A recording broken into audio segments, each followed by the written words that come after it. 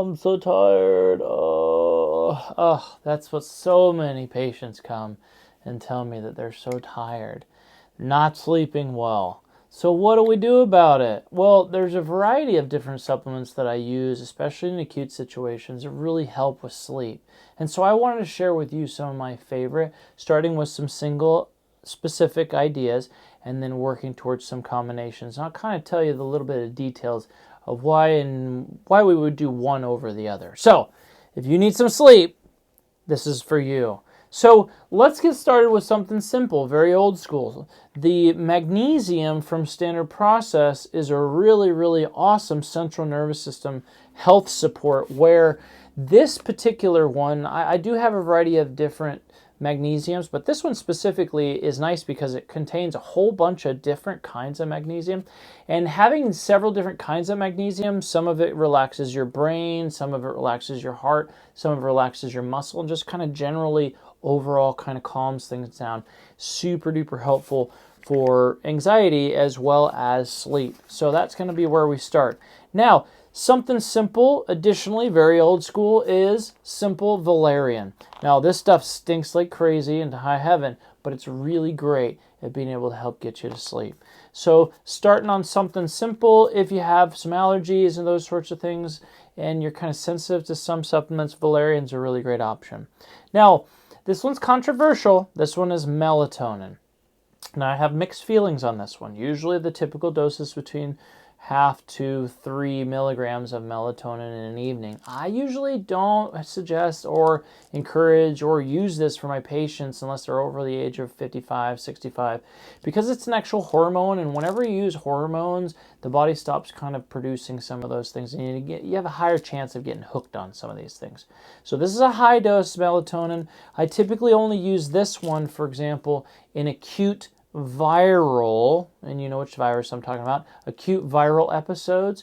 It's part of a heavy-duty protocol for some antioxidant piece, which can help for kind of an acute situation occasionally for sleep. But I'm not a huge fan of using it long-term, but it works really, really well. Now, one caveat with melatonin, occasionally makes somebody feel really hungover the next day. And oftentimes that's just because you have a slow metabolism with the melatonin. So usually if you take it up to 3 hours earlier in the evening the day before, it'll usually burn off and you won't wake up with a hangover in the morning. So that's a little simple adjustment to make. Now, on to one of my absolute favorites, one that I use almost every night myself because I really like to get really solid sleep, and that's something called Cortisol Manager. This is one of my absolute favorites. This is one that I will use that will allow the stress component of a person to be able to be brought down right there at night before bed. Now, occasionally for my super anxious patients, I will have them take a Cortisol Manager during the day. Works beautifully. But because it works so well, a lot of times people will feel really tired with taking this one. So I usually only use it at night. So if you need a good night's rest, that's a really fantastic place to start. Now, Myom Plus is one that I like because I use it for pain / sleeping. It's got a nice combination of calcium, magnesium, which are nice and relaxing, as well as things like lemon balm, hops, passion flower, and a little bit of valerian in there too. So it's really nice that it helps with the muscle relaxation kind of on a multitude of levels, and I often will use it for helping people get to sleep. Now, something that's very, very specific for sleep is something called Sleep Blend. This is another one that I use quite a bit as well. This one's from a very reputable company called Botanica, and it contains several different herbs as well as some 5-hydroxytryptophan and a little bit of melatonin in there too. So most of the time, the small amount of melatonin doesn't give the hangover with this one, but this is a really great alternative if the other two don't work. And sometimes people are really kind of finicky when it comes to sleep medications or sleep supplements, and so for me, it really just makes a difference to have kind of a variety. If one fails, then we move to the next one. So this one is not, technically speaking, a sleep supplement, but oftentimes it works really, really well. That one is PhytoCore.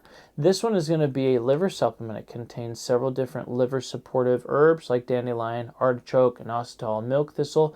And the reason why it works in Chinese medicine about 1 to 3 a.m. is liver time. And what happens is our bodies go through that liver time, 1 to 3 a.m., what will oftentimes happen is as our body's going through that cleansing cycle, we kind of run into the wall of that 1 to 3 a.m. cleaning cycle. Now, that can look like a variety of different things. Your blood sugar can be lowered, and you can wake up hungry, kind of like, whoa, I'm awake, that sort of thing. So this will help clean out the liver as well as kind of stabilize the liver.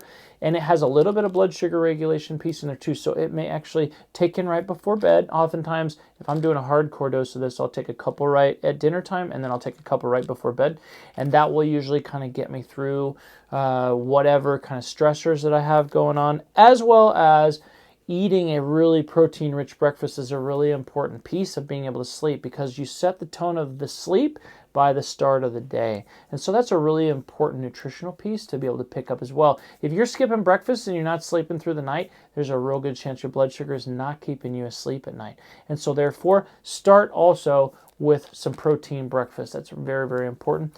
Keep your blood sugar more stable throughout the day. Your mind will be more stable through the day. You probably have less stress hormones by the end of the day, which means you're not going to be up here. You're going to be more like here, and it's going to be much easier for you to be able to come down out of that stress of the day and to be able to calm down. So this is to hoping that you have the opportunity to have a better sleep tonight with a little bit of the shared knowledge that we have shared with you today. This is Dr. Fisher signing out. Until next time.